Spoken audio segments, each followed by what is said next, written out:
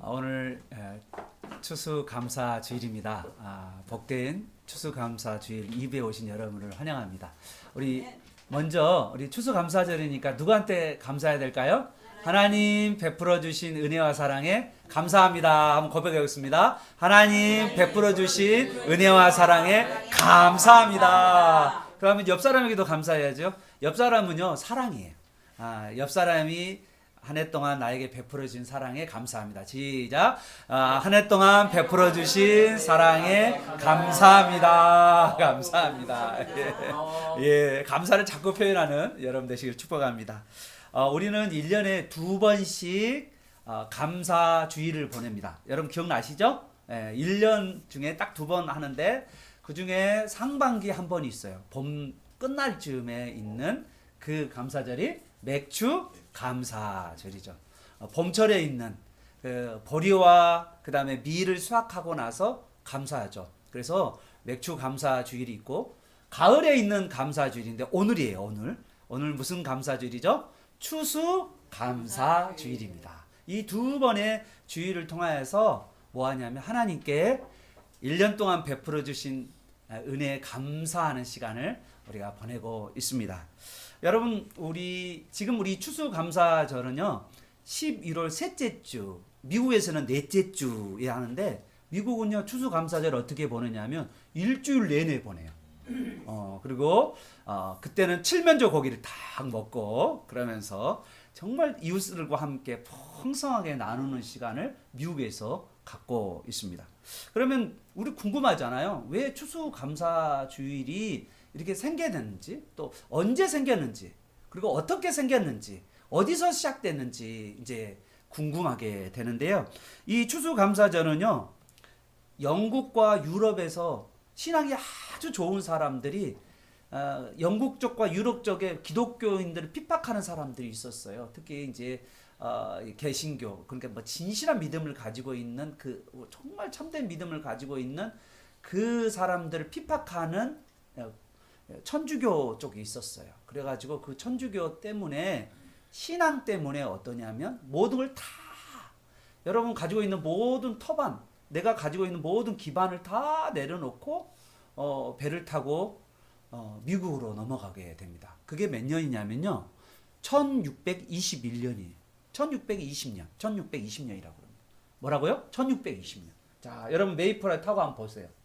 타고 가는 모습을 그 뒷장을 보시면 저 배에 사람들이 모여가지고 신앙 때문에 다른 거 아니에요.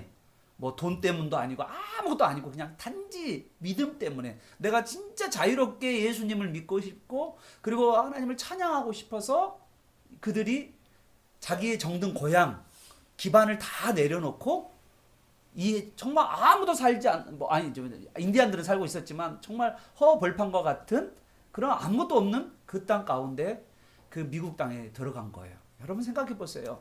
얼마나 막막했어요. 처음에 유럽에서 가지고 있는 이 씨앗을 땅에다가 심었는데 이 흉년이에요. 열매가 안 맺었어요. 그래가지고 먹을 것이 없어요.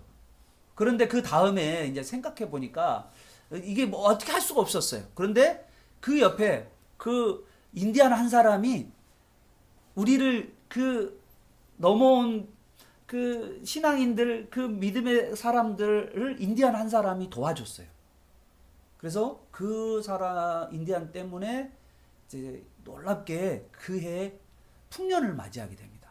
그래서 그 인디안을 초청했어요. 인디안 부족들을 초청하고 그리고 함께 하나님께 예배드렸어요. 그래서 첫 번째 예배드리는 모습이 나옵니다. 이렇게 예배드리면서 인디안들과 그리고 신앙인이 하나님 앞에 함께 예배하는 거예요. 여러분 놀랍지 않습니까? 인디안이 하나님을 예배하는 자리에 함께 앉았다는 거예요. 전혀 하나님을 모르는 사람이 하나님을 아는 하나님 자리에 함께 찬양하면서 같이 식사도 하고 교제하는 시간. 여러분 오늘 그래서요 우리 교회는 추수감사절을 맞이하면 꼭 하는 게 있는데 이게 바로 김장데이예요. 여러분 깜짝 놀랄 거예요. 우리 교회가 하는 행사인데요. 김장데이 때는 우리 추수감사를 끝나고 나서 원래 이번 주에 올 화 중에 김장데이를 시작해서 일주일 내내 같이 주변 사람들에게 되게 감사한 사람들에게 같이 음식을 나누고 또 과일도 나누는 시간을 갑니다. 그런데 이번 주에 제가 여기 없어요. 그래서 12월 2일 날이 언제냐면 토요일이에요. 그날 우리 교회가 김장을 하고 김장을 한 다음에 수육을 맛있게 해서 긴장과 수육을 딱 싸가지고, 그리고 그날 여러분이 과일을, 이 추수감사절에 안 가져왔던 그 과일을 이렇게 다 한 가정마다 한 박스씩 가져와서 같이 먹고 마시고, 주일날도 먹고 마시고, 그리고 월요일부터 토요일까지 한 주 내내 여러분 중에서 나는 나 혼자 이 기쁨을 누리지 못하겠다는 사람들을 같이 초청을 하세요. 그러면 제가 준비하겠습니다. 제 아내와 저가 준비할게요. 교회에서 준비해서 날짜를 딱 정해주세요. 며칠 날 누구를 내가 초청하겠다. 남편도 좋고요. 내가 은혜 받은 사람 있잖아요. 1년 동안 내가 은혜 받은 그 사람에게 내가 뭐 갚을 길이 없는데 우리 교회에서 주는 이 밥을, 그리고 제가 좀 만나서 상담도 해주고 기도도 해주고 축복도 해주는 그런 시간이 바로 우리 추수감사를 이은 김장데이가 우리 교회에 있음을 여러분 믿으시길 바랍니다. 그래서 여러분 그때 진짜 함께 와서 맛있게 먹고 또 교제하는 시간 되시기를 바랍니다. 여러분 그러면 이제 이런 생각이 들죠. 목사님, 아니 이거 추수감사절 잠깐 들어보니까, 목사님 말씀 들어보니까 이거 미국에서 하는 거잖아요. 미국 거잖아요. 왜 미국 걸 우리 보고 하라는 거예요? 왜 미국 걸 우리가 추수감사절을 우리가 지켜요? 말도 안 되는 소리 하지 마세요. 이렇게 말하는 분이 있잖아요. 그래서 여러분에게 제가 이 추수감사절이 미국 것이 아닌 것을 여러분에게 제가 말씀드리려고 합니다. 사실은요, 이 추수감사절은 구약에 나와 있어요. 이 추수와 관련된 두 가지 행사가 크게 있는데, 여기 보십시오. 하나는 뭐냐면 맥추절, 칠칠절, 오순절이라고 하는 것이 구약 성경에 기록되어 있고요. 이걸 지키라고 성경에도 기록되어 있고, 그 다음에 또 한 가지 수장절과 초막절이에요. 맥추절, 칠칠절, 오순절은 오늘날 뭐와 같을 것 같아요? 맥추 감사 주일과 같은 거예요. 그리고 수장절, 초막절은 언제와 같을 것 같아요? 추수 감사절이에요. 그래서 똑같이 우리도 지금 교회에서도 맥추 감사절과 추수 감사절을 보내고 있는 거예요. 자, 그러면 여러분 이제 우리 오늘 특히 이 추수 감사절, 구약에는 이 초막절, 수장절이라는 이날 어떤 모습으로 이들은 절기를 보내는가? 여러분 여기 초막절이라는 이 단어는요, 여러분 좀 신기해요. 아니 수장절이란 말은 이해되죠. 거둬들인다라는 거니까 이해되죠. 그런데 초막절이란 말은 이해가 잘 안 될 거예요. 초막절은 뭐한 날이냐면, 이 추수감사절, 초막절, 수장절에는 자기 집 있잖아요. 자기 집 위에다가 뭐를 짓냐면 초막을 지어요. 진짜. 그래서 풀을 덮어요. 아니 집이 있는데, 멀쩡하게 집이 있는데 그 집 말고 다른 집을 하나를 지은단 말이에요. 초막을. 오늘날 옛날로 이야기하면 텐트를 치는 거고요. 오늘날로 이야기하면 이렇게 나뭇가지를 막 등성 이렇게 해서, 이때가 구약에는요, 이때가 음력 8월 15일, 우리로 이야기하면 추석과 똑같은 그날에 추수감사절을 하나님 앞에 8일 동안 하나님께서 지키라고 그랬어요. 8일 동안. 그러면 모든 사람들이 성전에 모여서 8일 동안 추수감사절을 지키는데, 그때 지킬 때 어떻게 지키냐면, 여러분 신기하게 그날 8일 동안은 뭐 하냐면 나무 그늘 밑에서 밤을 새는 거예요. 여러분 추워요, 안 추워요? 추워요. 근데 왜 하나님은 그걸 하게 하셨을까? 아니 여러분 감사할 날이잖아요.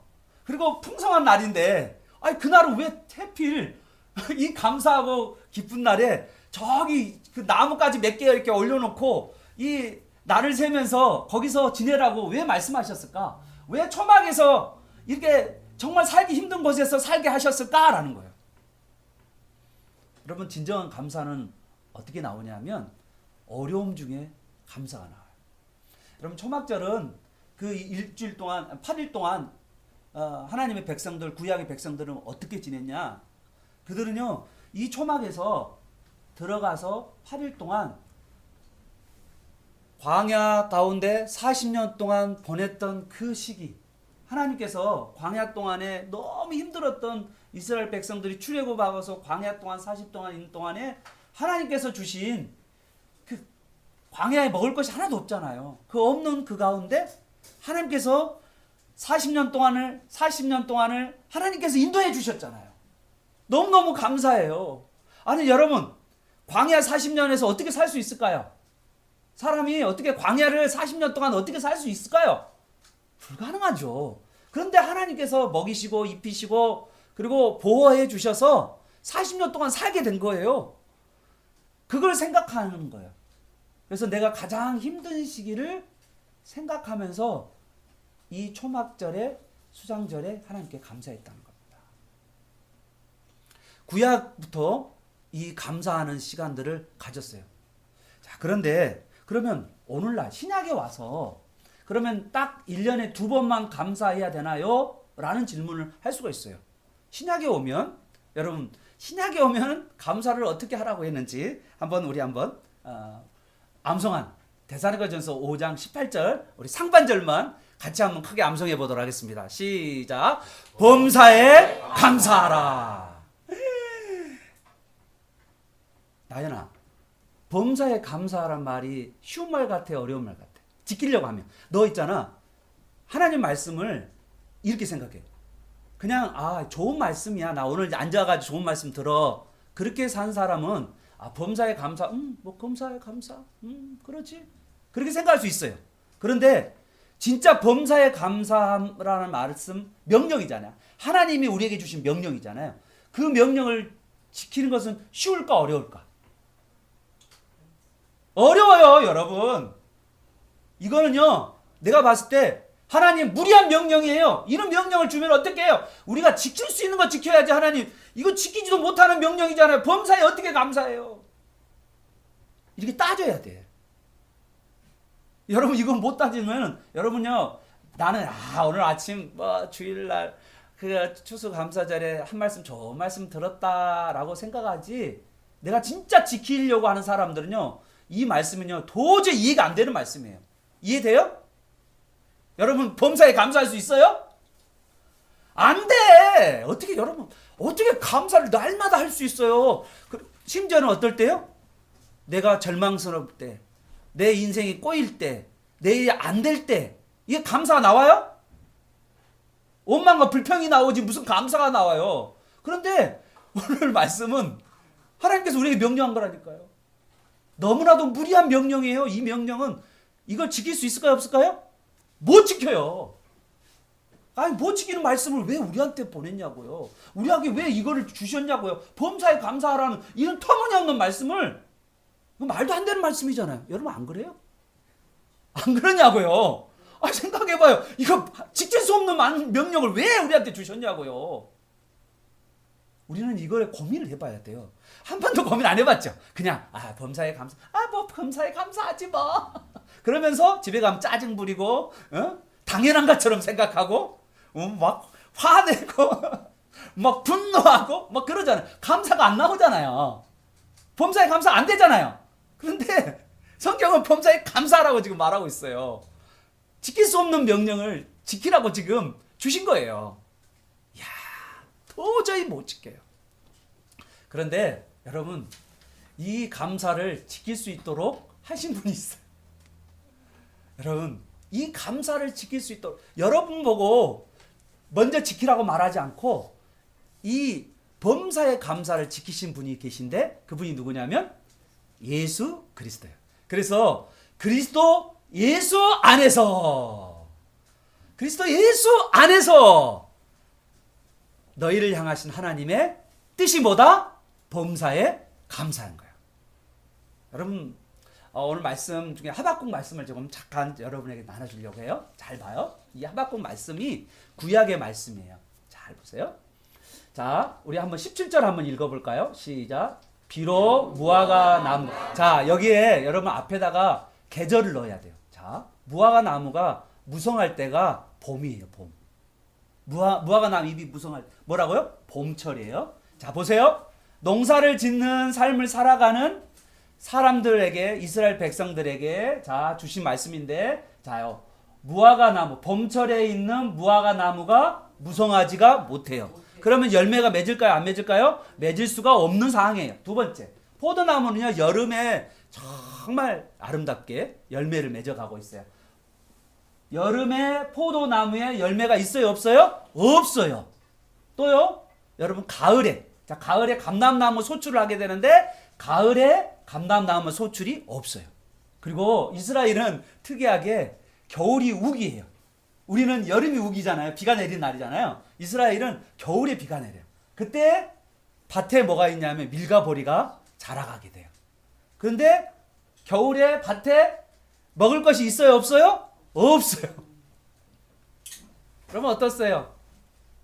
지금 이런 상태가 되면 여러분은 어떨 것 같아요? 정말 답답하죠? 나는 어떻게 살아? 농사가 이렇죠? 자, 여러분, 이스라엘 사람들은 뭐까지 하냐면 목축업을 해요. 아시죠? 목축하면 소와 양, 또 양젖을 먹을 수도 있잖아요. 그런데 여러분 보십시다. 자, 시작. 우리의 뭐가 없어요? 양이 없어요. 그러면 뭐 먹고 살죠?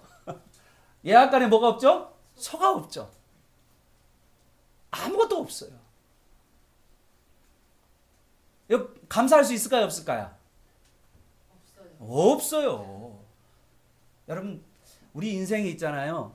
내 인생에 가장 필요한 거, 내 인생에서 살아가는데 가장 필요한 거, 이거 있잖아요. 다 있어도, 하나도 없어도 나에게 정말 필요한 거, 그건 뭐냐면 내가 인생에서 가장 의지했던 것이 없고 사라지고 떨어지고 농업과 목축업이 하나도 안 되는 그 상황 가운데서 정말 내가 진짜 필요한 것이 나와요.